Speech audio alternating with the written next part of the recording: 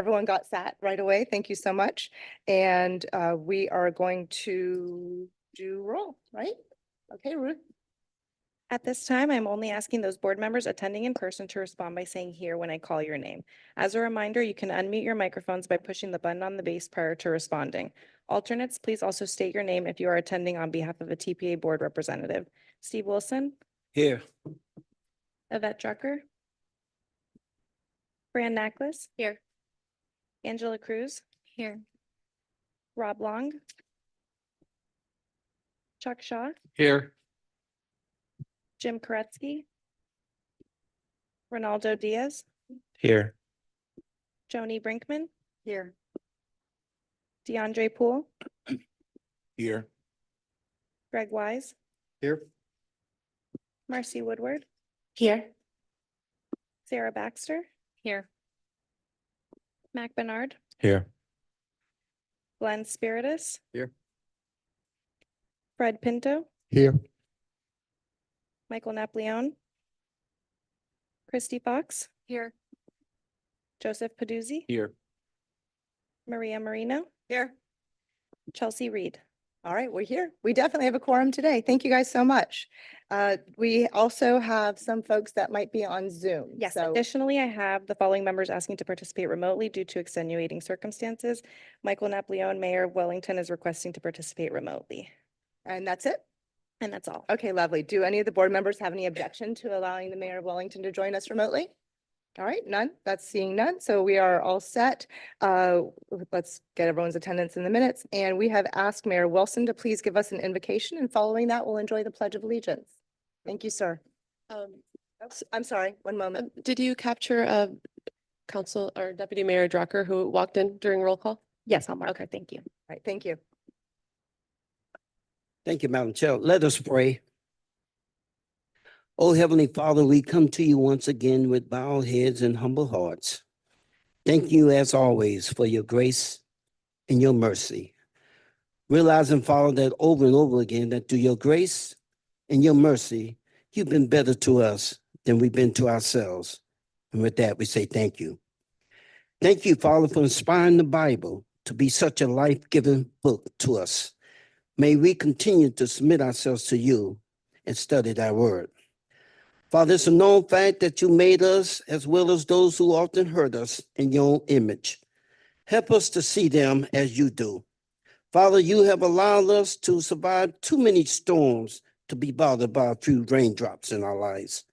Help us, Father, to put away whatever may be hindering us from loving each other as you have called us to do so. And finally, Father, we ask a special blessing for our chairperson today. Father, you know our heart, and all of us whom you have allowed to be assembled here today, realizing that we're no strangers to each other, disparate friends we have not yet met. We give you all the praises and the glory. Amen. Please join me in the Pledge of Allegiance. I pledge allegiance to the flag of the United States of America and to the republic for which it stands, one nation, under God, indivisible, with liberty and justice for all. Thank you.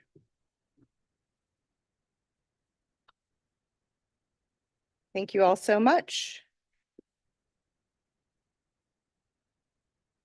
Let's see, do we have any modifications to our agenda today? No, Madam Chair. All right, we do have one more attendee to add on to our roll. You're fine. Good morning, sir.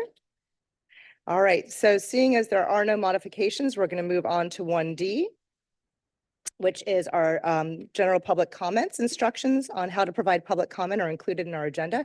Do we have any public comments or anyone with a hand up out there in Zoom world? No, Madam Chair. All right, thank you so much. So before everyone gets too comfy and starts sipping their coffee, we are going to celebrate dumping the pump. We do have a declaration here for Dump the Pump Day, which was on June 20th. And I know that the County Commission also adopted it, as well as several different municipalities. So before we dig in, I'm going to make everybody get up and we're going to take a group picture today, if you don't mind. Thank you. For the picture. Oh, is it today? Yeah, is it gonna leave a hole?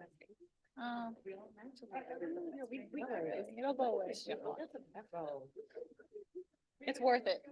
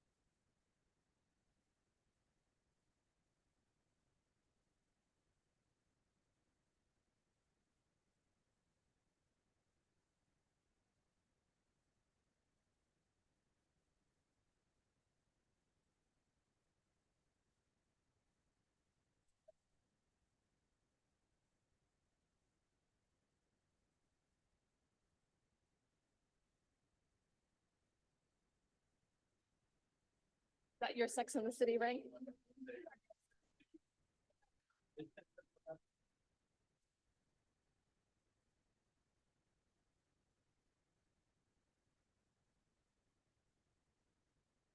Thank you all so much. So just to clarify, today is Dump the Pump Day.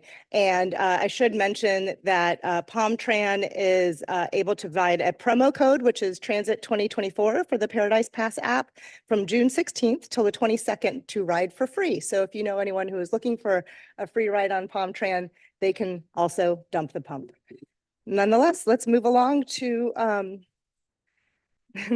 comments from the chair and member comments. Does anyone have anything they'd like to share today before we dig into our meeting?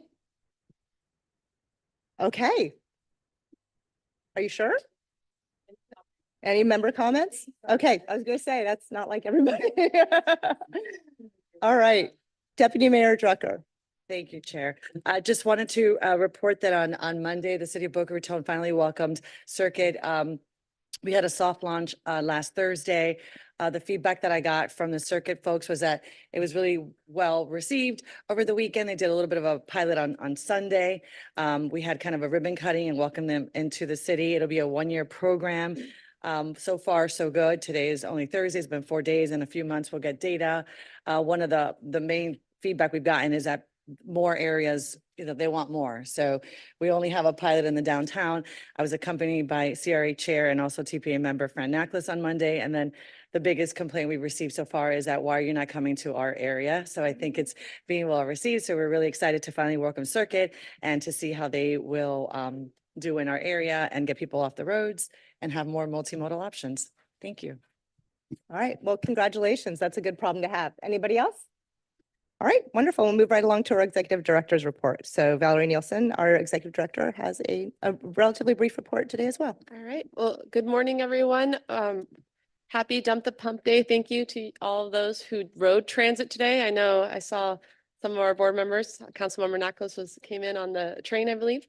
So thank you for participating in that. And also happy Juneteenth. We were off yesterday. I want to point out that we have TPA pins for board members on the dais. So this was a request from a few of our executive committee members who suggested, why don't we have TPA pins? So staff worked to create them and hopefully you like them. Also want to do a shout out. We had a couple of board members receive transportation related awards this month. Congratulations to our chair, Mayor Reed, for receiving the 2024 Community Transportation for America Outstanding Partner of the Year Award. This was a primarily transit conference that happened here in West Palm Beach. And our chair also serves as the chair of the Transportation Disadvantaged Local Coordinating Board for Palm Beach County. And Palm Tran Connection nominated her. Our local coordinating board for this county also received the LCB of the Year Award a few months ago. So congratulations, Mayor Reed. Also, congratulations to Mayor Napoleon for receiving the Special Traffic Safety Initiatives Award at the Palm Beach County 38th Annual Traffic Safety Awards. He was recognized there for his leadership in Vision Zero and Complete Streets in the Village of Wellington. Several of our local municipalities in the county as well were recognized for their law enforcement departments were recognized as well. So just wanted to congratulate everyone for their efforts. Also want to congratulate Palm Beach Gardens. They've become the 14th local municipality to adopt a Vision Zero resolution. So congratulations. You can see all the resolutions and as well as a template and other efforts underway at our website /Vision Zero.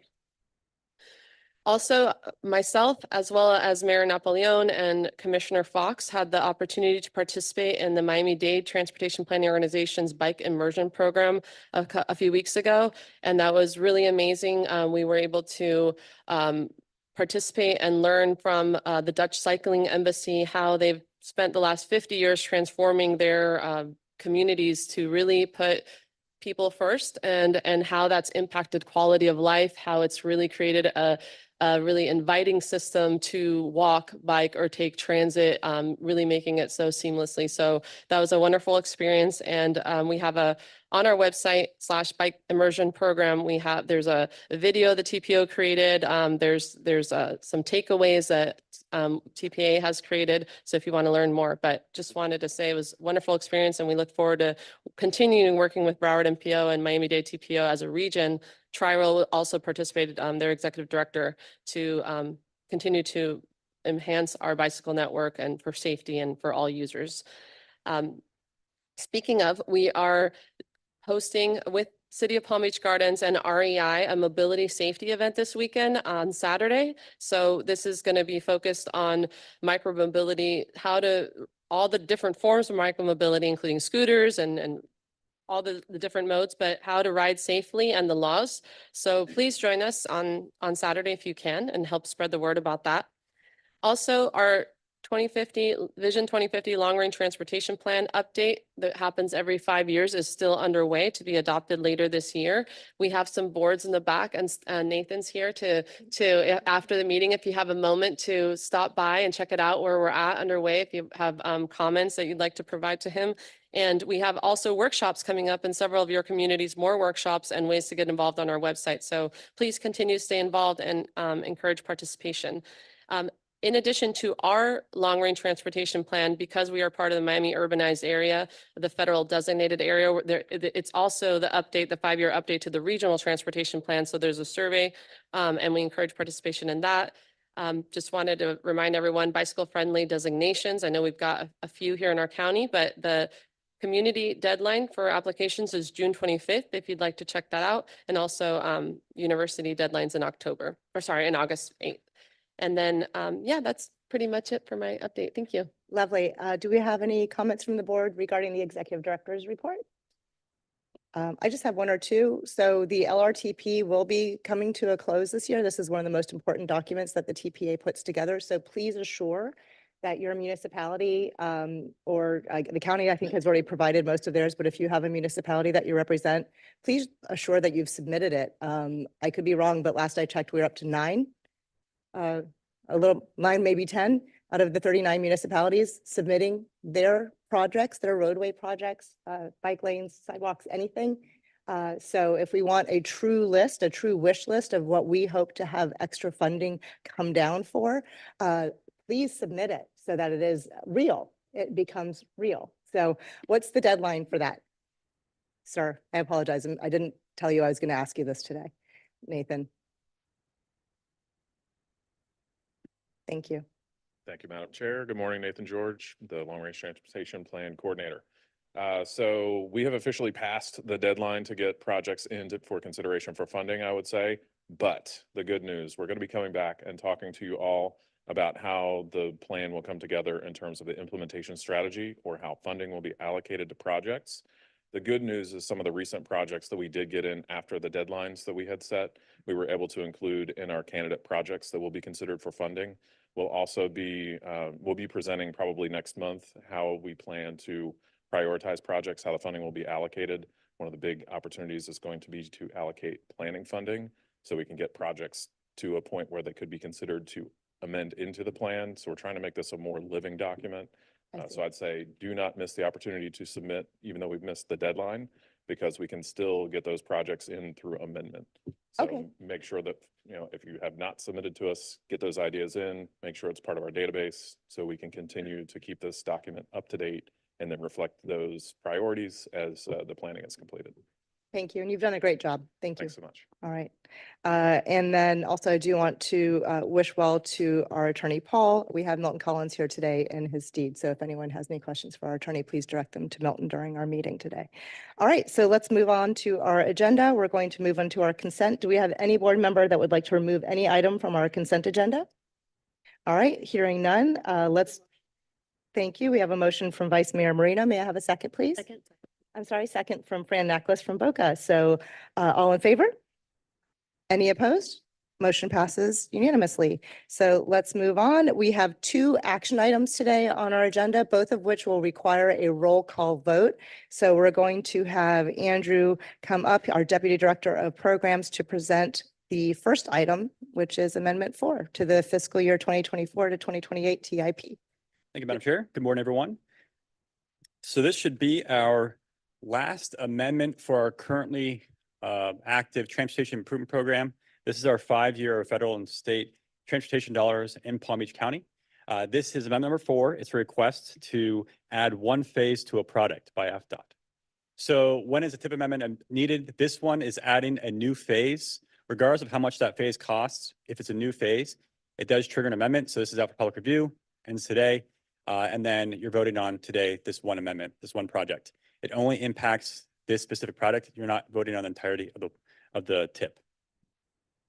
That one project is Congress Avenue at 10th Avenue North, and it's adding a right-of-way phase. So this project is installing light poles, upgrading existing lights to LED, replacing existing span wire to mast arm. It's adding those flashing yellow arrows, and it's also extending the northbound left turn lane. Construction's anticipated for fiscal year 2028.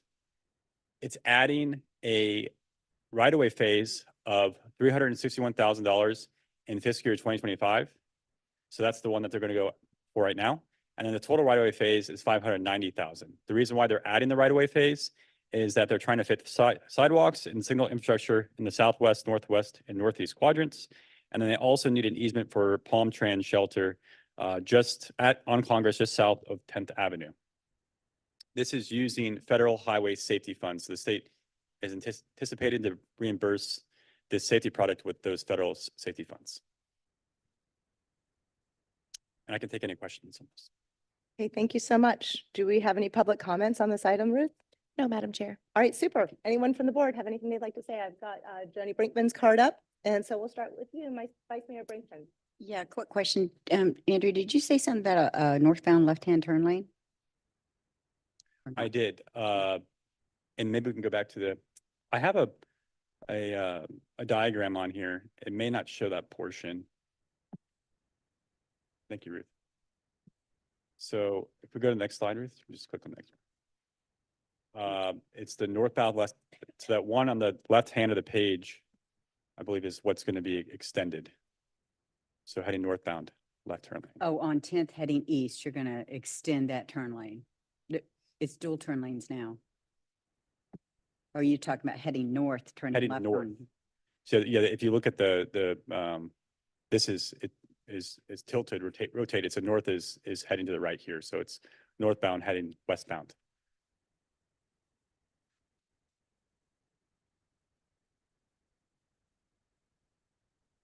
And then for everyone else, Okay. the portions that are shown in this are the right-of-way acquisitions where those notes are.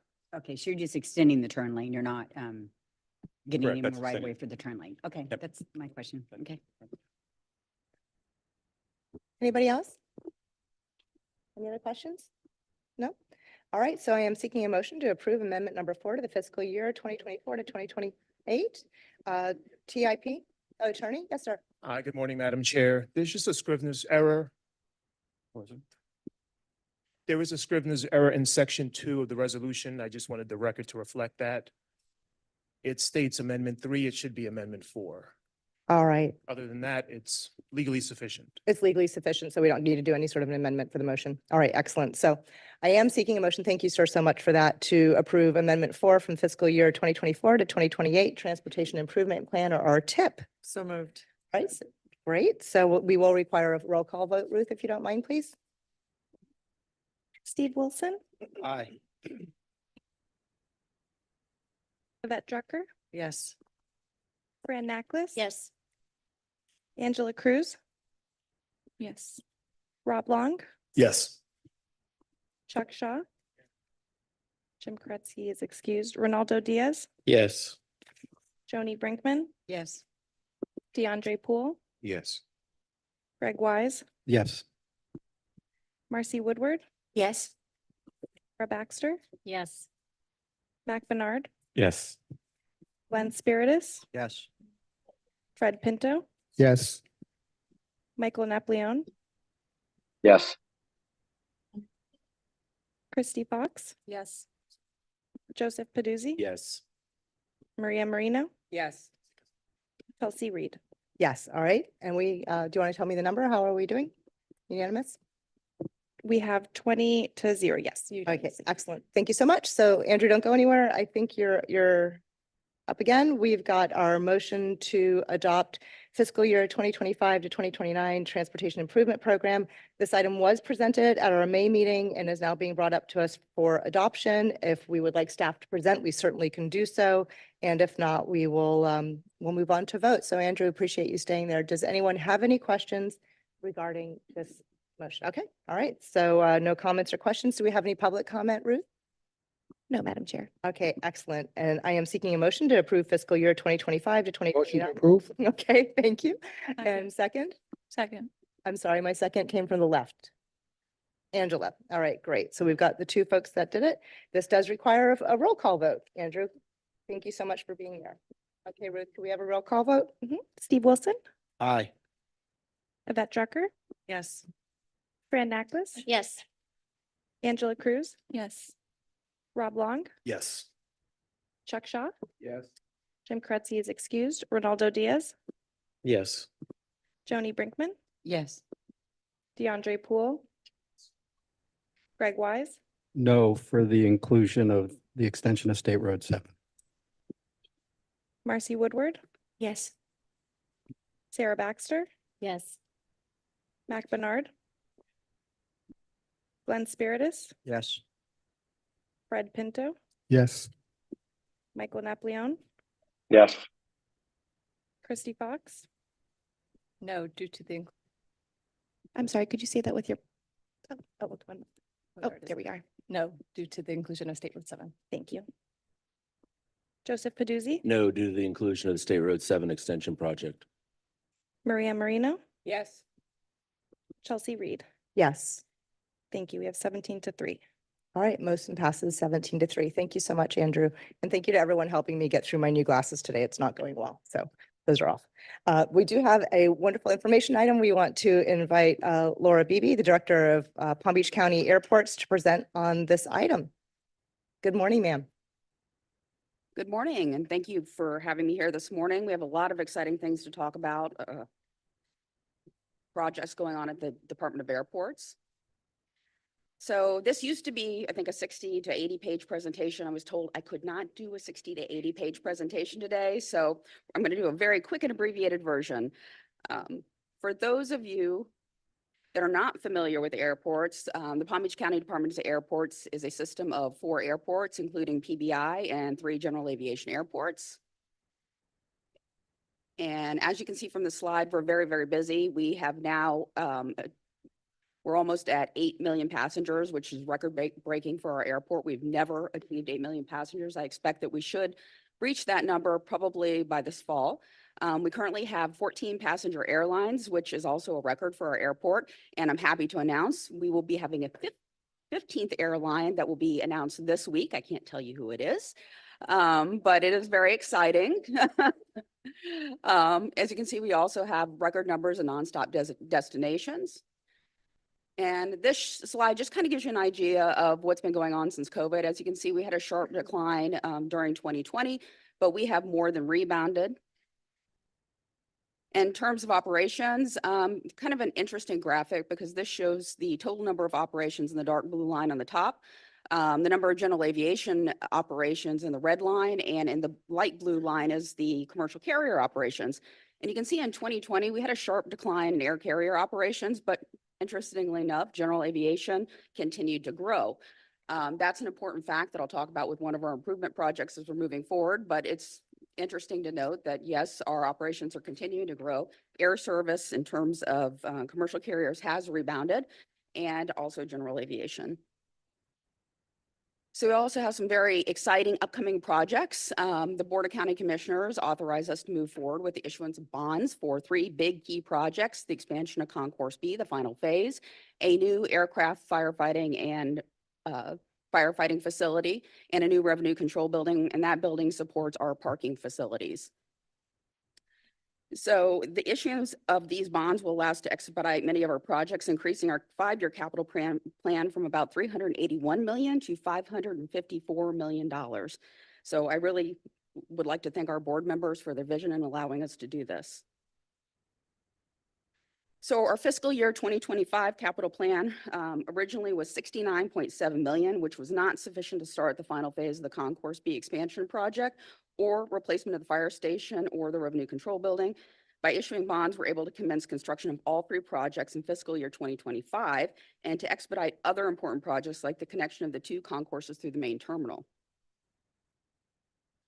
So just to give you an overview of where we're at on the Concourse B expansion project, we expect the first phase to be completed this fall, which is the expanded restrooms and a new restaurant space, which will be about 3,000 square feet.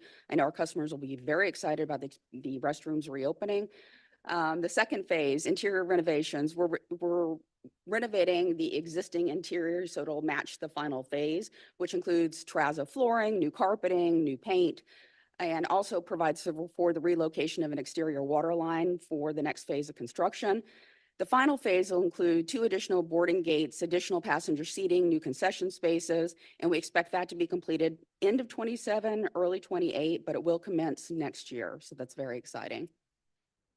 This is an exterior view of the terminal when it's completed, the Concourse B project. As you can see, we have nice clear story windows. There'll be electrochromatic glass in key portions of the building to keep it a little bit cooler.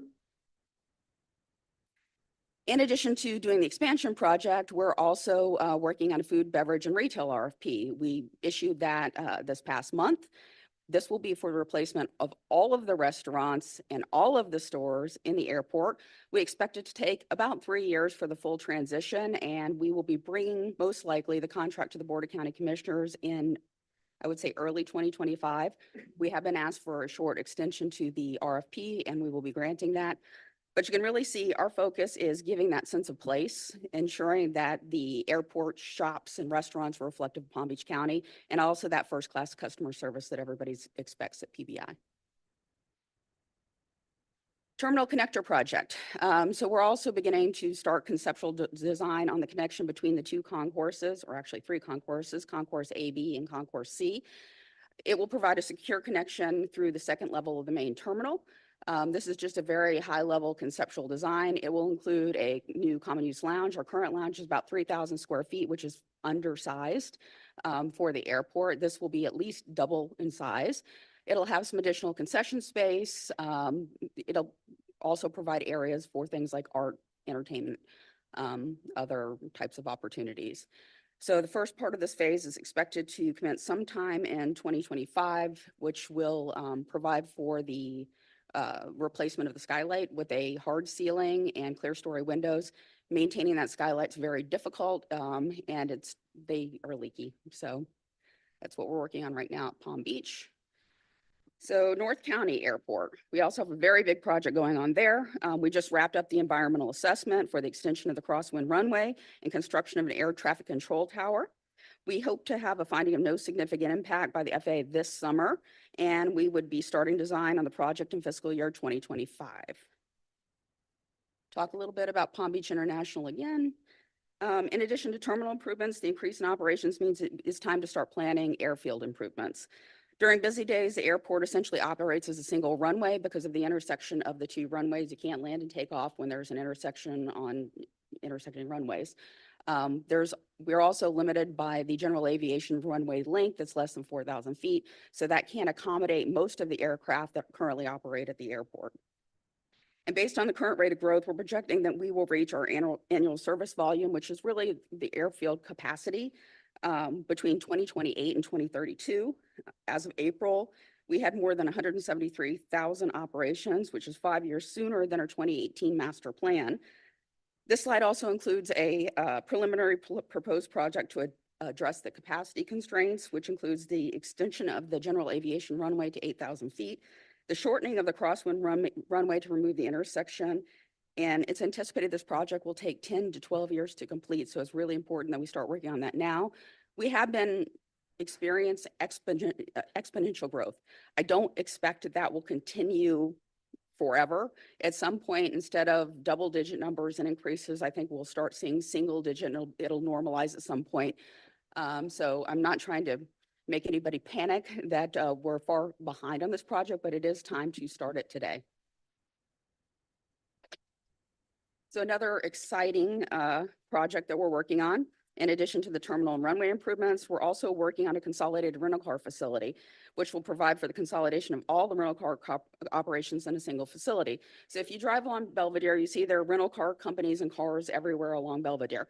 This will consolidate all of the facilities into a single location with a consolidated busing operation to begin with. But the exciting thing about this is it will also provide an opportunity for a connection to the terminal, a direct connection to the terminal, which could be an automated people mover, a walkway. So that's very exciting. The other thing that's really exciting about that is it provides some opportunity for intermodal connections because it's located on Belvedere Road and will directly connect to the terminal. Doing projects within the terminal area is difficult because of the number of passengers and airlines and traffic that you're dealing with. That's why this location is really ideal for that facility. We've had meetings with rental car companies. We're talking to our consultants about this now. I expect to be coming back to our board to ask for a funding source for this project before the end of this year. So we're very excited about this project as well. And we have also identified a location for a third airport hotel. And as you can see, this is the ideal site, Site 1. It's walkable to the terminal. It's in close proximity to the consolidated rental car facility. It's a 3 acres, more than sufficient size for a new hotel, and it has direct access to Belvedere Road. So we're very excited with that project as well because it will also provide some additional connections to the terminal facilities that we don't currently have with the 2 other airport hotels. And if anybody has any questions you'd like to ask me, I went through that pretty quickly. That was great. Ruth, do we have any public comment? No, Madam Chair. All right. Anybody have any questions, any conversation at all? That was extraordinarily. Okay, we've got one. Go ahead. Thank you, Madam Chair. I guess my question is there any possibility or future plans to connect Tri-Rail to the airport? If we're talking about from the downtown, because there's no way to get to your airport kind of like. Obviously, that's something that we'd love to see happen. We're continuing to have conversations with Valerie and her team. So we're looking into the future of how we might have more intermodal connections to the airport facilities. Thank you. Yes, and thank you, Laura, for coming to present. I know Commissioner Bernard actually had requested this presentation a couple of months ago, so we appreciate the update. Really exciting, all the things going on, and the car rental consolidation is particularly really excited as well. And as Laura mentioned, we're actually doing a preliminary planning kind of feasibility study on what if there was some sort of interloop connector or direct connector from downtown, from the intermodal center to the airport? So we are exploring that and working closely with Laura and all our other partners to further that conversation. We're also, it's not on my director's report now, but for next month, we'll have it on there. We're planning to do a site visit, another site visit, but with more time at the Miami Intermodal Center with Laura, with Dave Deck from SFRTA, as well as my counterpart Eileen in Miami-Dade County on October 30th to ride Tri-Rail into the Intermodal Center in Miami and learn about how that came to be, because That wasn't so long ago when that was constructed, and they received a tremendous amount of funding from FDOT, federal funding, and partnership with the county to create that intermodal center and consolidation there, which has been fantastic. So I'm going to go learn from them and continue this conversation. We're very excited about all the opportunities. And again, I really do want to thank our board members because it's really their vision that's allowing us to move forward with these projects. So it's exciting and it's going to be transformative for the Palm Beach International Airport. So we're really excited. Thank you. Commissioner Wise? Yeah, thank you. Two things. Can you talk at all about, you know, how you're going to go about with the expansion, specifically on the runway, and the impact to the surrounding communities and how that's all going to be? So we're really in the preliminary conceptual stages of this. We've first had a meeting with our Citizens Committee on Airport Noise to talk about community engagement and what does that look like as we move forward with this process. Whenever you do an expansion project at an airport, there's a lot of fear from the surrounding communities. We want to make sure that they're involved every single step of the way and know what we're doing, and we're being fully transparent. So one of the first things that we're working on is community engagement and what does that look like? We do have a meeting scheduled with the FAA for a very preliminary discussion about what the environmental process might look like and moving forward. As I've said, though, this project is a very, very long project. We have to start somewhere. There is nothing to say that this project will be completed. If you remember, back in 2006, we started a similar project. The Great Recession happened. The project was no longer justified due to the decline in our operations. So, you know, it's entirely possible during this very long process, something else could occur. But you have to start somewhere. And that's really the message that we're sharing with the communities, is that we really do need to start somewhere. It's also, you know, interesting because right now on very busy days, the air traffic control tower tries to get aircraft out as quickly as they can, which means they're engaging in fanning, which isn't very popular. Airport or noise abatement program provides for a straight out departure. And when they're not complying with that, it does cause a lot of complaints in the surrounding communities. I believe by moving forward with this project, it will allow them to be more compliant with that program, because we will have a relief valve. The other issue, you know, when we're having delays, the airlines will adjust their schedules, which means earlier flights and later flights, and the day is extended, so that means more noise. So we're going to be evaluating all the options, and included in that is how do we mitigate any impacts that we have on the surrounding communities, and how do we make sure that everyone's engaged throughout the entire process. Thank you very much. And I just wanted to add on after what Valerie said. I probably should have done it during comments earlier, but our board approved moving forward with a countywide master transportation plan. And we are going to have money in the budget, although we're moving forward immediately. So. Thank you. All right, Vice Mayor Marino? Laura, quick question. If someone is traveling internationally, where can they clear customs? Is it strictly PBI? I'm sorry, could you repeat that? If someone is traveling internationally, Right. is PBI the only airport they can clear customs? Boca also has a customs facility. PBI and Boca are the two airports with a customs facility in Palm Beach. And the North County, what would they need to do in order to have something like that? So I anticipate that as part of our next fixed-based operation, that there may be a proposal for one of the operators to construct a customs facility. That's not unusual in the industry. So that is something that I anticipate that will be proposed. And at that point, the board will have to decide whether they want to move forward with that or not. In terms of us funding a customs facility, we really don't have the budget for it. We're having to replace the existing customs facility on the south side of the airport now, and we also need to do upgrades to the FIS inside the terminal. But preliminary conversations with fixed-based operators tell me that they would really appreciate having that facility in the northern county, so they don't have to come to Palm Beach just to clear customs to go to another airport. And that would free up our Palm Beach International a little bit. A little bit. Transient aircraft that are going there that are stopping merely to clear customs. We do have those that are going from the Bahamas and they go to Lantana or North County. Okay, thank you very much. All right, any other questions from our board? All right, Thank you so much. That was Thank a you. great update. We really appreciate it. We're going to move on to one more information item. This is the US 27 connector feasibility study. So we have Claudia from FDOT. If you could come on up to present. Hi, how are you? This item. Thank you. Good morning, everyone. Thank you to the board for having us today.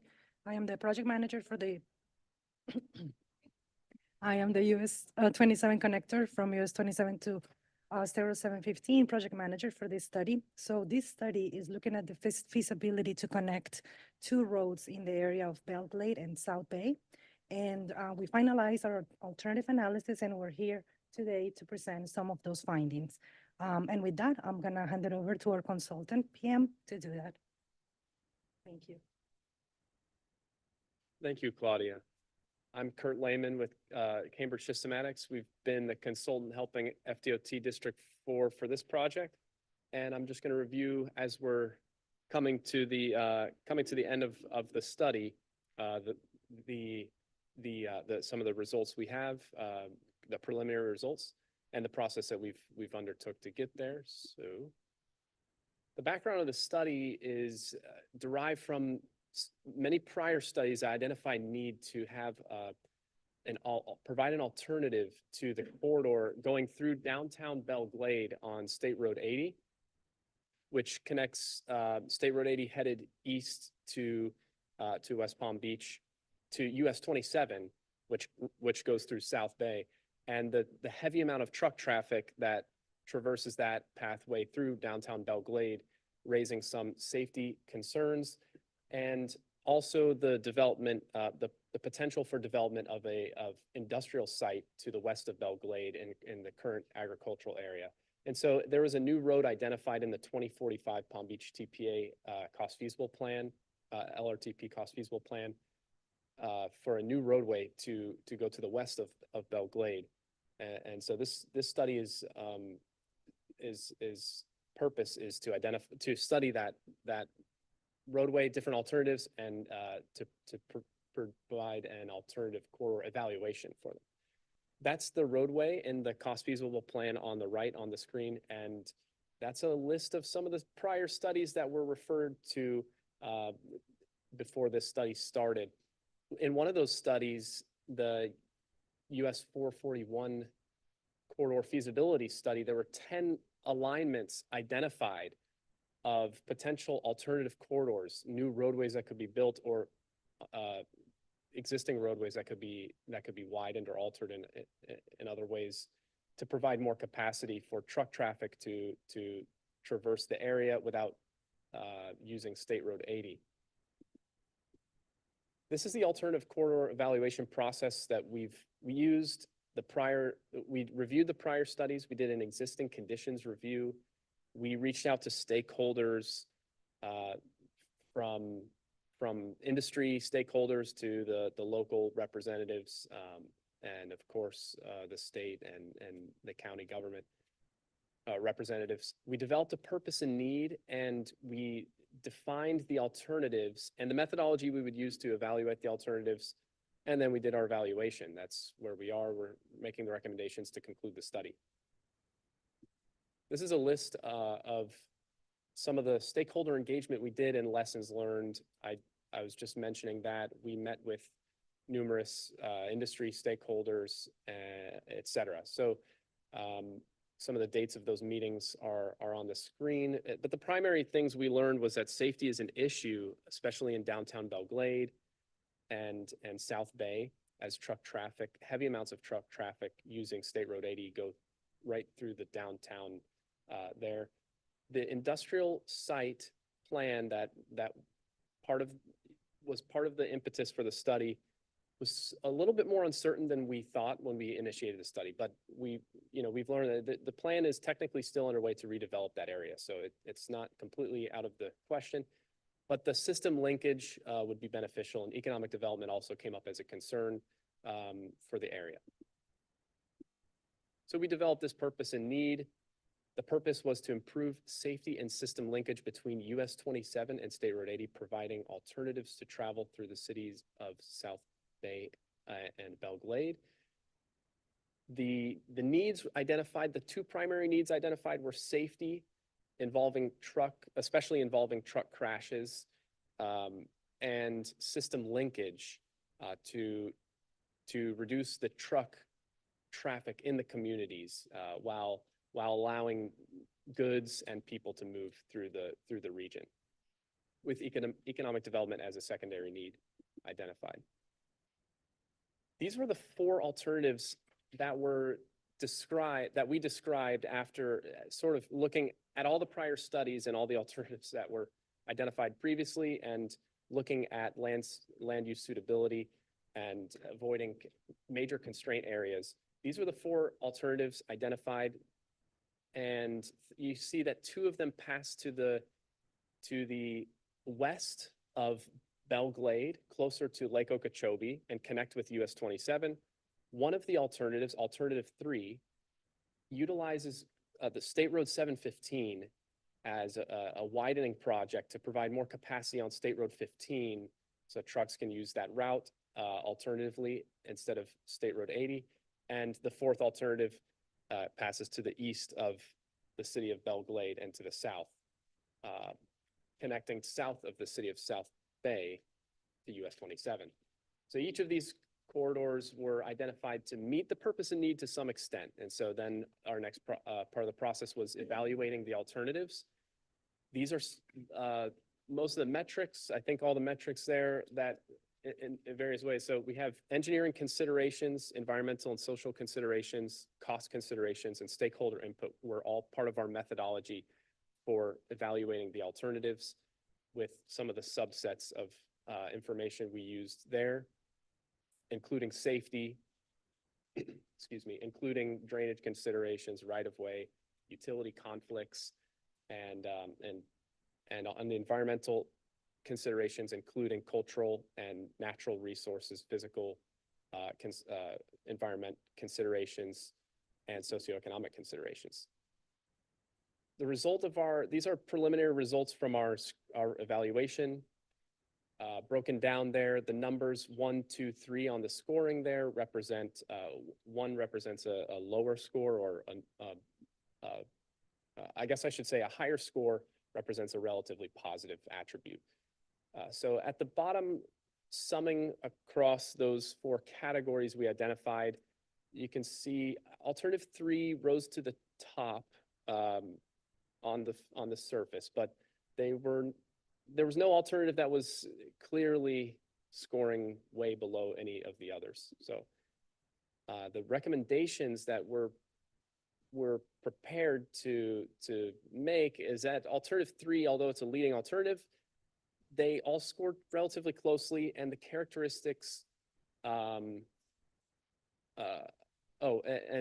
I mean to say that part of the process here is to identify if there's any alternative that should just be eliminated altogether, if there's like a fatal flaw. So we didn't see that necessarily with any of the alternatives. And the summary here is that alternatives 1 and 2, they're higher cost because they involve building a new roadway, but they also provide higher benefits to some degree. Alternative 3 provides some benefits, and it's a lower cost alternative because it doesn't involve building a new road.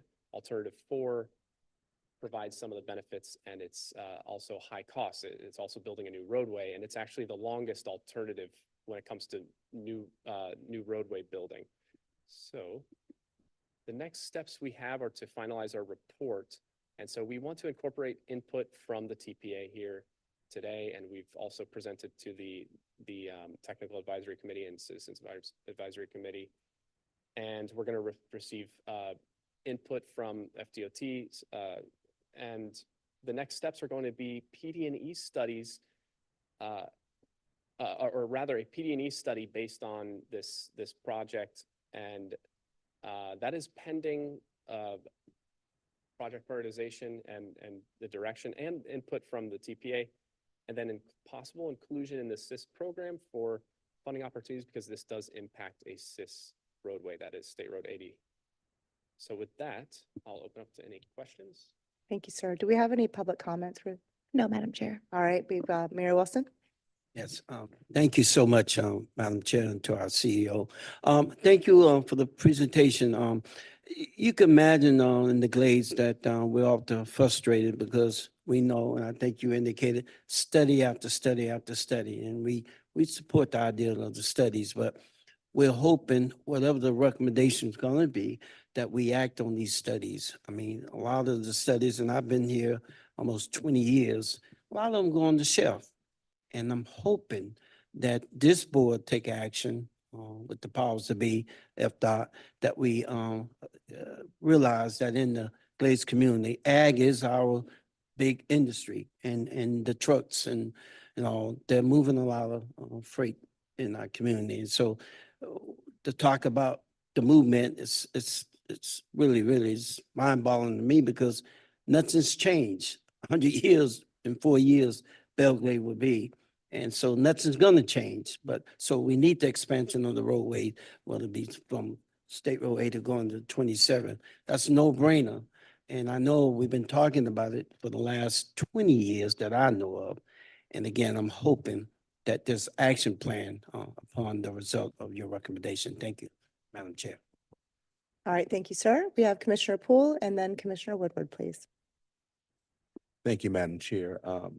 Based on the map there, the two highways that are proposed, those highways, based on what I see, do not cut through any current communities. No, they were, the alignments were created to avoid residential areas and, yeah, any communities. Okay. And with some of the land there, I'm assuming is owned by maybe current companies or privately held. Yes. And we will have to work through Mhm.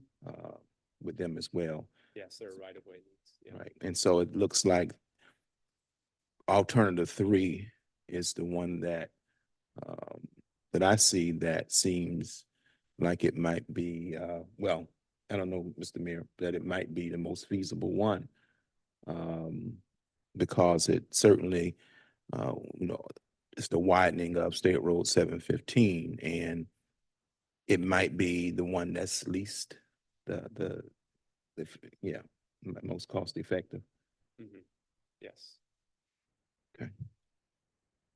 Thank you. Thank you so much, Commissioner Poole. Commissioner Woodward, please. Thank you, Madam Chair. Could you go back to slide 5? I believe it was the one with, you had dates. Yeah. I guess my concern is, we're June of 2024 and looking at these dates, have you had recent conversations with stakeholders in the area with current commission and city that's more recent than this? I'll ask if anyone else knows about anything else, but these are what we did mostly when we were beginning this project. We haven't had anything else to my knowledge. Recently, we had a slight pause on the project and a review stage where the project was receiving comments and things of that nature. So as we're concluding this, we're reaching out now to the TPA, but these are the meetings that we had for our initial stakeholder outreach. Did he want to answer? Yes. Yeah. Sorry. Ron Kariba, FDOT Strategic Intermodal System Coordinator, worked in the Planning Environmental Management Office. No, we have not reached back out to do further coordination, but it's definitely something we can do. Before we move on to any other phases, there was some significant time for review of some documentation to get the preliminary purpose and need actually approved and whatnot, so we can continue to move forward. And which is part of the reason why that time gap is there, but it's definitely something we can go out and do some more of.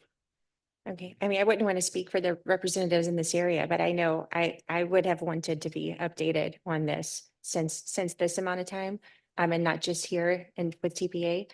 So I don't want to slow this down at all. I think it's taken plenty long enough, but I don't want to speak for anyone that represents that area, but I think that they should be included with meetings on this before it's coming to us quickly. Thank you.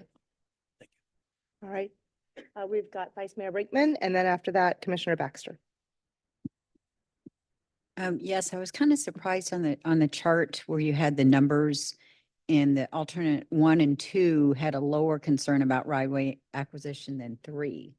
It seems like building a new road through uninhabited lands, you'd have to take a lot more right-of-way. Maybe it's less in cost. But my other question is, why are there so many trucks going through Belglade on State Road 80 when they can already use 715? Are there truck route signs directing them to use 715 already existing and they're just ignoring it? Yes, I mean, to my knowledge, that there are signs actually directing trucks to use State Road 715. I'm not sure the exact language of those signs, but right now, State Road 715 is a 2-lane road, and it travels through a narrow corridor in a sort of residential community. So State Road 80, I mean, from all the feedback we've heard, is just easier for trucks to use, being a 4-lane roadway for travel time, for a number of interruptions. So because it's the 4-lane versus the 2-lane aspect that I think is why trucks use State Road 80 and they're hesitant to use State Road 715 now. Part of alternative 3 would be widening State Road 715 to 4 lanes to hopefully make it, I suppose, more competitive in that nature of a alternative route. Okay, yeah, the only thing I would think that they would need to go through town for is if they need to get gas. But I mean, I've traveled that connection and it seems like that is quicker than going through town, even if it is 2-lane, but I was just wanting to make sure you had adequate signage out there today. All right, thank you so much. We'll move on to Commissioner Baxter and then to Commissioner Weiss. Thank you, Chair. A few questions for you. Have you reached out to the landowners at all? Some of the coordination early on with stakeholders was with those large industrial stakeholders who do own land. Now, for smaller landowners, no.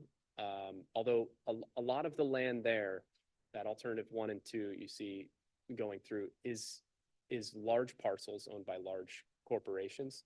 Maybe not everyone, but And have you reached out to them? they were part of we had some meetings, some calls with them early on to see, especially related to that development that I mentioned, the Florida Crystal site, formerly, planned to develop on that triangle area there. So Is that who owns all of the land? That no, would I mean, need- there are different owners. Yeah. What was their take on it? They were mostly concerned, just in summary, about the connectivity to any industrial developments that would take place in that area and their ability for their operators of their trucks to move through the area without, having to slow down and go through, areas where they would have to stop more frequently. So that they were interested in the sense that if a new roadway was going to be built, that it would allow them to operate better. In summary. They thought it would allow them to operate better? A new roadway. And I guess I would like to reach out to them myself and have those conversations before we go, because I think one of the alternatives I would lean towards, being very familiar with this area, my family and I travel it quite a bit. I personally like alternative 1, the dark blue area. I think it makes the most sense. It's the closest connection. And it doesn't travel through it goes through an area as long as they are okay with it. It makes a lot more sense. And as long as they are on board, I would pick that one.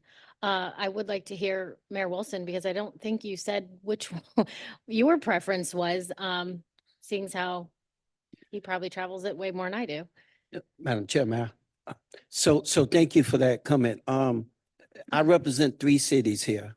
And so I would not dare to take a position without having meeting with them and some of the stakeholders within my community. So I'm glad that you guys are asking the right question. Are we having these studies? Not any knock on them, but are we having these studies for the sake of just having them? The engagement have to be with local folks in each community. And so I will meet with my colleagues from the other two cities and some of the stakeholders and have a position of 1, 2, or 3. Thank you. So as it stands, you personally, I guess is my more so question. I know, I understand you're representing 3 cities. Do you have any ideas or thoughts on why they would prefer one over the other? No, Mayor, not at all. But I Okay. will be meeting with them. All right. I mean, again, unless I ran into any opposition and reaching out myself, I still think alternative 1 for the area is the best. Madam Chair, if I may, we, like you did 2 months ago, we can invite you out and we can have that collective meeting, if that's okay. Okay. All set? So are we giving direction, doing motions today? What's or are we This is just an input? informational item. However, once Gotcha. everyone's done with comment, we'll bring it back to the executive director so that we can talk about the role of the TPA in this and whatever might be needed to support the process. But we'll let everyone have their comments first. And do we have a timeline of when it would possibly come back so that I know? That's up to FDOT, really. Yep, so just to jump in here, our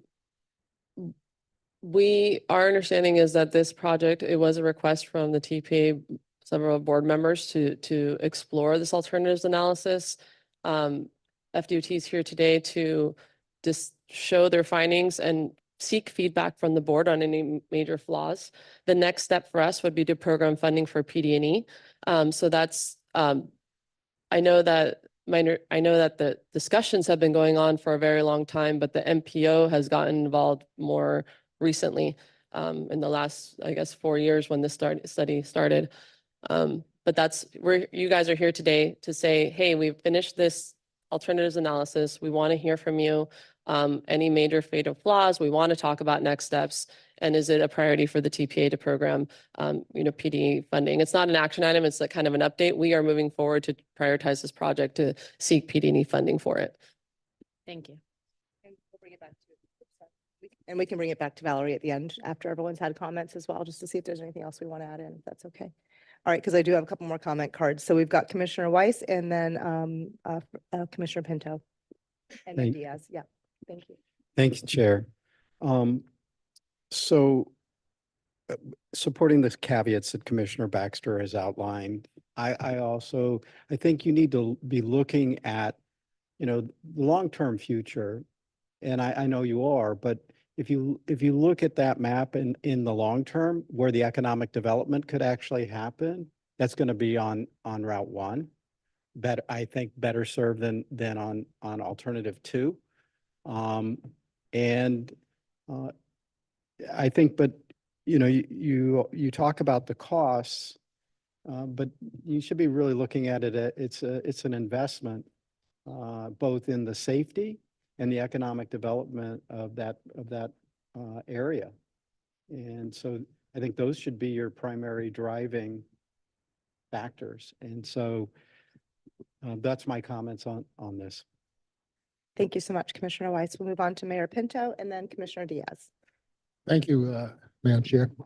I just want to underscore the points that were raised by Commissioner Baxter. The questions I also had in my mind, and the point that was raised by Mayor Wilson. The timeline on what's been going on for so many years is study after study after study, and I would encourage this board to, I think, look at get some prioritization to this so we can get beyond the study phase and actually get something accomplished here.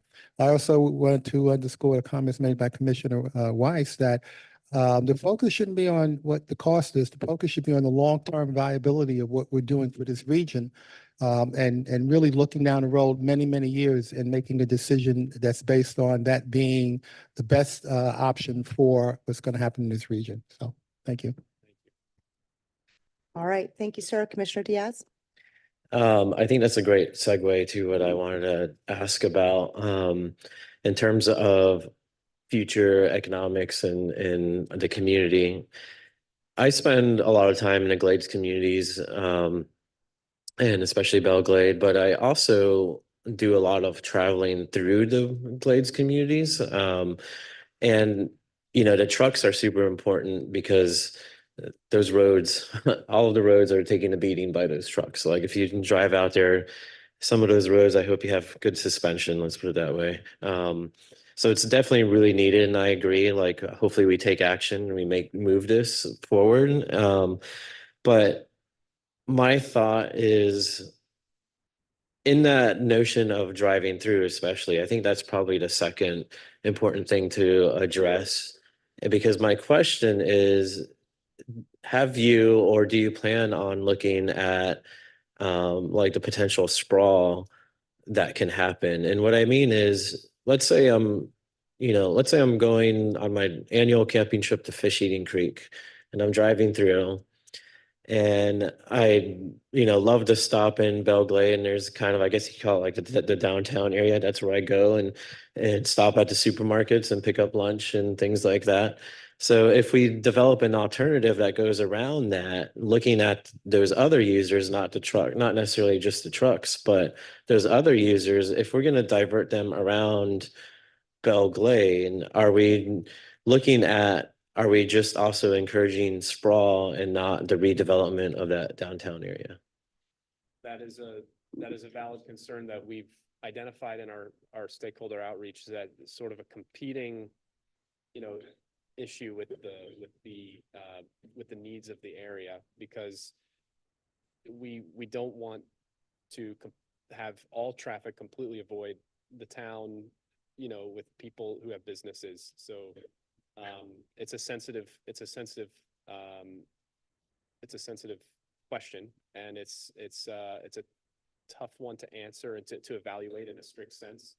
But we do have numbers on the volume of traffic that would take each route depending on which alternative we choose. So that will be in our report, and it's sort of something that's identified in the stakeholder input part of the scoring, but yeah, it's tough to incorporate that, but we have noted as a concern. Okay, that's good. I mean, because I know it's not an easy question to answer for sure by any means, but I think if we supported a PD&E, I think that's something to look at, because there were comments, alternative one looks really good. And I agree, if you can say that for trucks, alternative one would be great, because it would be safe, gets them out of pedestrian way, you have space and whatnot. But realistically, you're not going to be able to say only trucks can travel this road. And I just fear for a future, or my kids' future, of trying to go to Torrey Island to go fishing, and the horizon looks a lot different. Like, if it's a lot. If you put a new road through undeveloped land like that, it's really attractive for like a big shopping center or something to just really start taking up shop there, when you have so much economic opportunity and what already exists in Belle Glade for redevelopment. And I just, really want us to be conscious of addressing those needs and making sure it's a priority. Thank you, sir. Mayor Wilson, and then Commissioner Baxter. Thank you, Mel. My last comment, I want to use the words grateful and being appreciative. It's not about that today. It's about the opportunity, the fair opportunity. And you're right, Valerie, under your leadership, we've seen more made into what we're trying to get done. We've seen more under your leadership in the last 2 to 3 years than what I've seen in 20 years.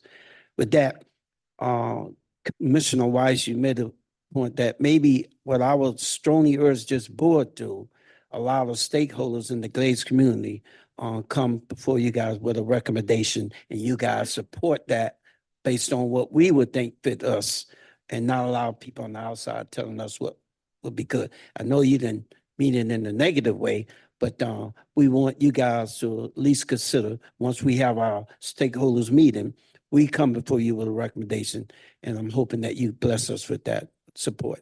Thank you so much. Thank you, Mayor Wilson. We have Commissioner Baxter. Thank you, Chair, and I agree. I was just going to respond to the potential for sprawl. I would say out there, I believe that you're going to probably find some pretty heavy farming surrounding this of large landowners. It's not probably individual parcels. So that wasn't my concern. My concern is that they're okay with it and they're growing and it doesn't interrupt their agricultural production. I doubt they're gonna, I'm not saying they won't, but I heavily doubt that they would just start piecing off. But if that's a concern, I mean, then you still have to get over the hurdle of demucking, which is expensive in itself. And hinders a lot of building out there. So that's why it wasn't a concern of mine. Because there's so many hurdles you would have to jump through to even begin to contemplate that. And I'm not saying that 20 or 40 years from now that won't happen, but I'd say,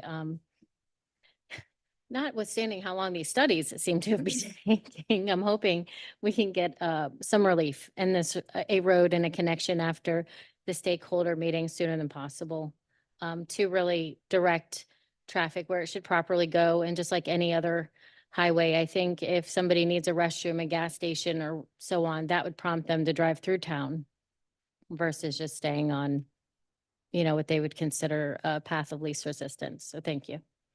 Thank you so much, Commissioner Baxter. We'll move on to Commissioner Poole and then to Commissioner Bernard. Very briefly, Madam Chair, I would say for sake of conversation, echoing the sentiments of Mr. Mayor, Mayor Wilson, is certainly want to hear from the stakeholders.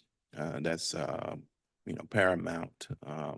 And I will add that it sounds like we need to consider, well, after we speak with the citizens, two alternatives: an expansion of 715 to 4 lanes, as well as the addition of another roadway. I think that might be ideal solution. Commissioner Bernard? Thank you very much, Madam Chair. What I would say is this: I think it's important for FDOT to really re-engage with the stakeholders and to meet with the district. There's a new district commissioner for that area, and she's been there for almost 2 years. And to present to us without having met with the district commissioner, I think that FDOT needs to start over, meet with the district commissioner, meet with the community, and bring the business communities that are impacted. So in that way, we can make an informed decision regarding moving forward. Thanks, Madam Chair. Thank you so much, sir. All right, let's bring it back to our executive director. Well, thank you so much, everyone, for this feedback. This is exactly what the project team needs, what we need to hear. We hear the importance of this, and this initial phase was more of a fatal flaw analysis, but we will be, pushing forward for PD&E at our next meeting. We're bringing the list of priority projects to start the process for the next transportation improvement program.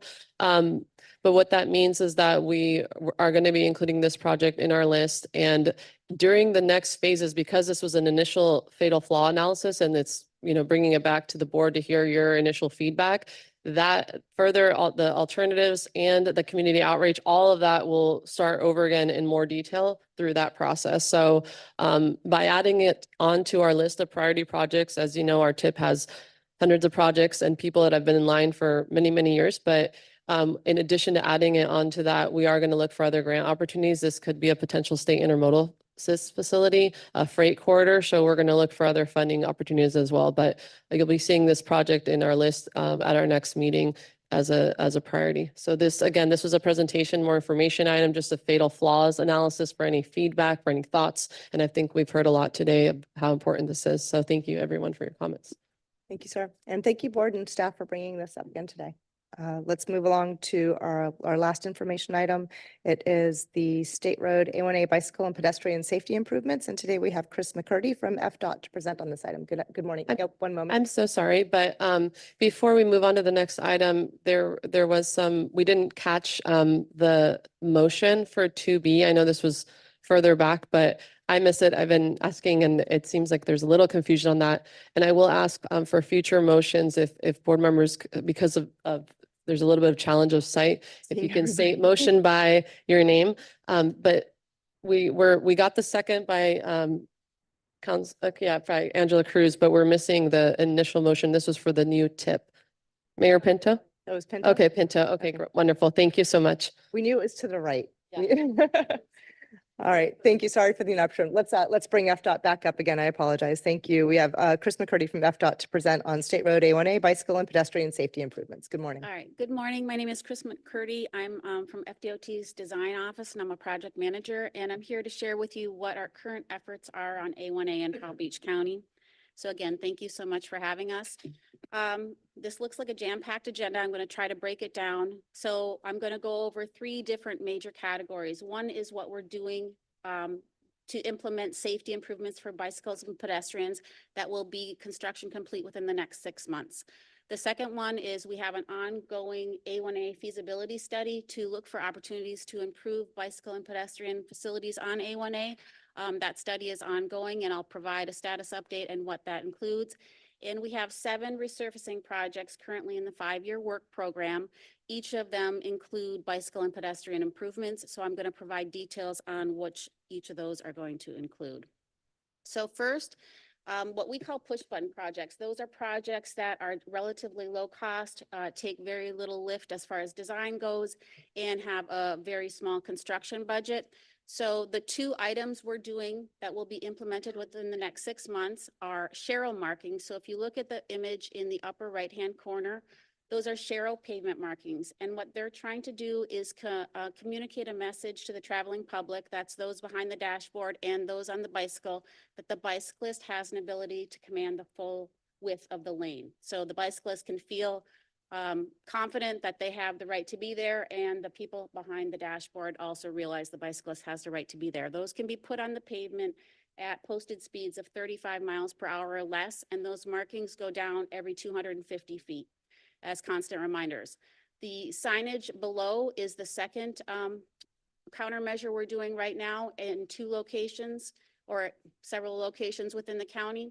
And so if we look at the table, you can see all the cities that these countermeasures are being implemented in the next 6 months. And they include Delray, Gulfstream, Boynton Beach, Briny Breezes, Ocean Ridge, Manalapan, and Palm Beach. I've got a map on the next slide that'll kind of show you how things are going to be laid out. So the red boxes indicate the different location where each treatment is going to be placed. And so you can kind of see most of the locations are going to have the Sharrow pavement markings. A few locations are going to have the signage. And in a previous presentation I was given, the little gap at the north end, that treatments have already been installed there. That's why there's a gap on the north end of this graphic. All right, now I'm going to talk about our ongoing feasibility study. We had a task work order issued in March to start a feasibility study to look at what our opportunities are to improve bicycle and pedestrian facilities in the county on A1A. And the first item was reviewing existing information, and that includes things like crash patterns, the bicycle pedestrian master plan, TPA's Vision Zero plan. So all the current data we have, that was the first item. And that has been completed. That item has been completed. Now we're moving on to data collection, which involves doing a desktop safety review and going out in the field and getting information at each site. And followed by determining bicycle and pedestrian needs and goals in corridor specific areas. So if there's a unique condition, we're going to be able, because we'll be out there, able to find unique solutions if they are needed for a specific area. Also, identify and evaluate the performance of potential short-term improvements and mid to long-term improvements. Short-term improvements would be what I was talking about on the previous slide, those things that can be implemented quickly. The mid and long-term improvements are things that would take some programming, a little more design effort, a little more budget. So we'd have to find a mechanism to implement those and put them in our work program as opposed to the push button style project. Also included in the feasibility study is planning level concepts and cost estimates, recommendations, project management and coordination and documentation report. The next slide has the timeline of when we can expect these things to be done. So this entire study is expected to be done in the fall, in October. You can see the red box on where we are now. So we've completed our desktop safety review and almost every other item is happening concurrently. So things aren't necessarily happening in a linear pace, they're going concurrently. Okay, what kinds of things might we find as a result of this study? So opportunities to put curb extensions to reduce pedestrian crossing distances and vehicle turning speeds, updating pedestrian lighting at crosswalks to make pedestrians more visible, widening shoulders because we need to have 5 foot of pavement to mark a shoulders for bicycles. So if there's opportunities to widen shoulders so we can get that 5 feet and put those pavement markings down in signage, we're going to look for opportunities to do that. Install the Sharrow pavement markings. Again, the posted speed has to be 35 miles per hour or less.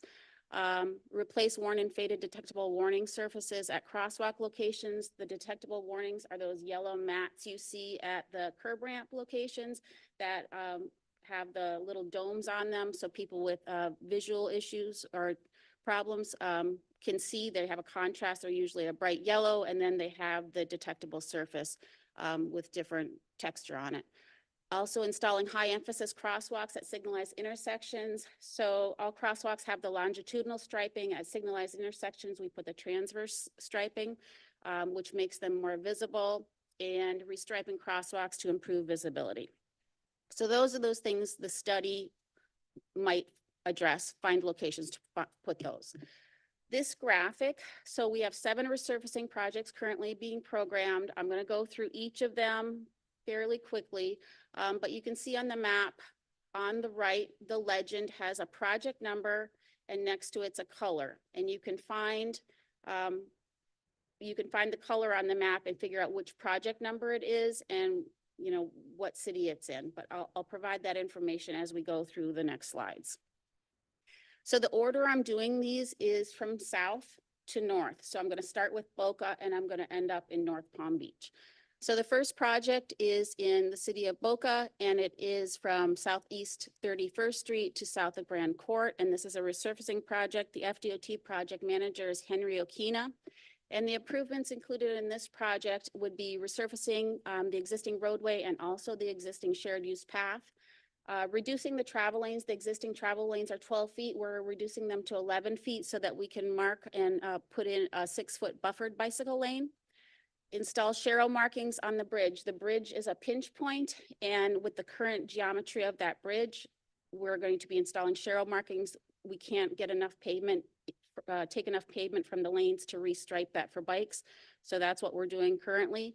Filling in sidewalk gaps and putting in additional signage at mid-block crossings. Moving north. So this is Brad Salisbury's project. This is in Highland Beach, and the limits are from south of Grand Court to south of Linton Boulevard. This project is currently in construction. Construction started June 1st of this year. And here's a graphic showing where the limits of this project are. Okay, this project includes the typical section here because this has some drainage improvements. It made it a little easier to see what's going on, but we're basically going to be widening to the 5 feet so that we can mark those shoulders for bicycles, improving drainage to reduce the ponding and existing bike and travel lanes. So the profile of this road is changing a little bit. We're going to go up a little bit higher, which is going to help to improve the drainage. And we're also doing some drainage structures, not structures so much, but we're putting rock so that the water can infiltrate better on the sides at those low points on the swale, so better drainage. We're going to upgrade the existing asphalt paths so that they meet ADA, Americans with Disabilities standards. We're going to be updating mid-block crossings to the latest standards and installing no passing zones at appropriate locations. Okay, this next project is the project manager is Hyan Wu, and it is in Delray. And the limits are from Linton Boulevard to East Atlantic. And on the right, you can see a map of what those limits are. The project is going to, it has existing bicycle lanes within the project limits. Those bicycle lanes are to remain. We're going to be updating existing lighting at a few locations and existing lighting at mid-block crossings. So signalized intersections and mid-block crossings are going to be brought up to current lighting criteria. upgrading Casuarina Road pedestrian signal features for ADA compliance, and upgrading 4 mid-block crossings to RRFBs. So that's rectangular rapid flashing beacons. Those are those yellow signs that have the yellow rectangular lights below them. They're push button activated. So when a pedestrian is going to cross, they push a button, and it's provides more of a visual cue to the drivers that there's a pedestrian at that location looking to cross the road. All right, the next project is Vandana Nagel's project, and this is in the town of Palm Beach and Lake Worth Beach. The limits of this project are from south of Lake Avenue to north of Ibis Way. And here's a graphic showing what those limits are. Okay, the proposed improvements of this project, increasing the sidewalk width from 5 feet to 6 feet. Our standard now for sidewalk width for this context is 6 feet. Increase the paved shoulder width from 3 feet to 5 feet. Again, once we widen it to 5 feet, we can mark that shoulder for bicycles. And install two mid-block crossings, one at the golf course, Raymond Floyd Golf Course, and one at Phipps Ocean Park. And Vandana has another project moving up north. This is in the town of Palm Beach. And the limits are from North Ibis Way to north of Emerald Beach Way. And the graphic on the bottom shows the limits. This will be providing 5-foot bicycle lanes where feasible and shallow pavement markings where bicycle lanes are not feasible. Actuated flashing beacons with additional signage for Sloan's and Widener's Curve. And also at Sloan's and Widener's Curve, speed reduction signs will be added. All right, we got two more. Okay, from Tuck Lee has a project from north of Emerald Beach Way to south of Royal Palm Way. And this is in the town of Palm Beach. And this project is going to be including shallow pavement markings, replacing broken sidewalks, and updating lighting at intersections to current lighting criteria. The graphic on the right shows the limit. And the last project, our project manager is Jeff Robert, and this is in North Palm Beach. This includes John D. MacArthur Park entrance to Portage Landing North. And what we're doing in this project, we are repaving the existing pavement. We are doing minor widening and restriping to provide an 8-foot designated bike lanes. There's no widening within the park. Outside the park limits, we're going to be doing widening for the maximum bike lane width that we can provide, which is the 8-foot designated bike lanes. We're upgrading lighting at signalized intersections and pedestrian signalization at intersections. The next slide is a summary of what our efforts are doing. So I know that was a lot of information provided very quickly. If you look at the column on the left of this table, it lists the project number and the cities that they are in. And then the different treatments we're doing, which include marked bicycle lanes, shallow pavement markings, sidewalk and path upgrades, providing additional signage and intersection lighting.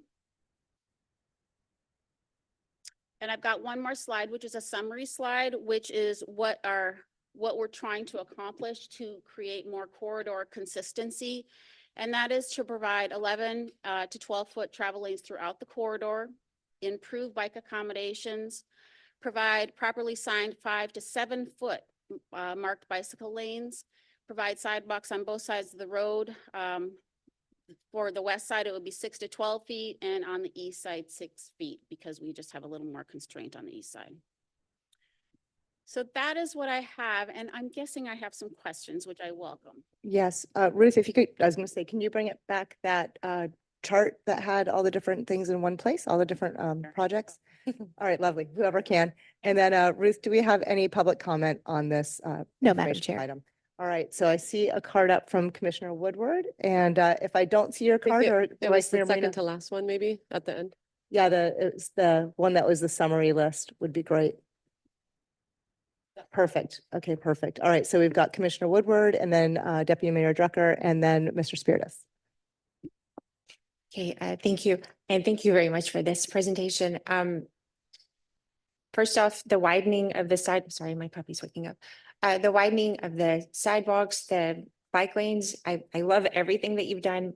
My only concern is, I don't want to say a lack of consistency, but there's a number of different types of crossings and it gets to be noise because I drive this area all the time and sometimes there's like little orange flags for people to wave. Sometimes it's a flashing light, sometimes it's just a sign. And it gets to be very busy for drivers. And even, you know, and I pay a lot of attention with it and I miss them sometimes. And then I see a pedestrian coming and we just don't have a consistent sign for drivers to look for. We're watching out for cyclists. You're looking for pedestrians. The ones with the lights, they work almost every time. The flags work pretty good, although full disclosure, my husband stopped for a pedestrian. The car coming this way stopped for a pedestrian with the flag and got rear-ended because the driver behind him didn't see what was happening. And so that just happened on A1A like 2 weeks ago. So my concern is it gets to be noisy, especially when we have the signs in the middle of the road and then, you know, you're going to pass some bicyclists, you wait. It gets to be a lot. And I think people go blind to it. And I don't know, I mean, you guys study this, but I don't know which are the most effective, but I would like it if we could get to maybe just 1 or 2 options instead of all the different options that we have, because people just tend to not see them anymore. Okay, so overstimulation, kind of like you can't pick Yeah. up the important. And we information. have, you know, we have signs up here, you know, watch for pedestrians. We have signs, share the road. We have another sign, there's a crossing. I mean, there's so many signs and you just don't see them all. And then what we're really wanting to do is draw attention to where the pedestrian's going to be coming across the road. Of course, remind us for the bicyclist that the Sharrow, I don't know if those work. I hope they do. It seems like a great idea to remind people you are sharing the road with the bicyclist. But when it comes to pedestrians, we're overstimulated to the point where we don't see it anymore.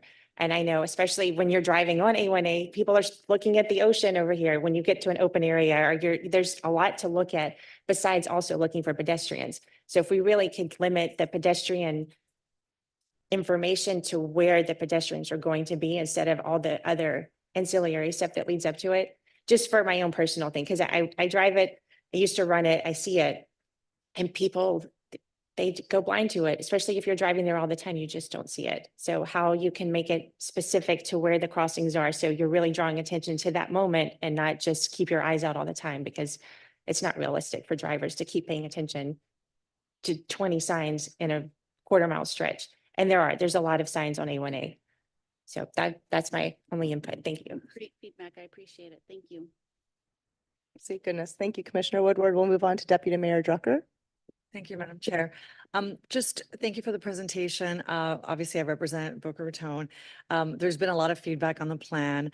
Some of our, obviously, advisory board members and committee members, and there's been articles written because they do not like what was proposed, that what you presented today. So I will share a lot of that commentary that's come to me and to my counterpart, who's yet to leave. But that information, I would really want you guys to take into consideration in terms of the bike lanes, in terms of the size and the shared path. So I'm going to go ahead and make that available to Ms. Nielsen. And then, you know, I'm sure they've already reached out to you. So I appreciate that we're looking at those areas. We're trying to improve the roads, but I really would like to have the people that are using the roads and that are actually biking on the roads, that feedback gets taken into consideration.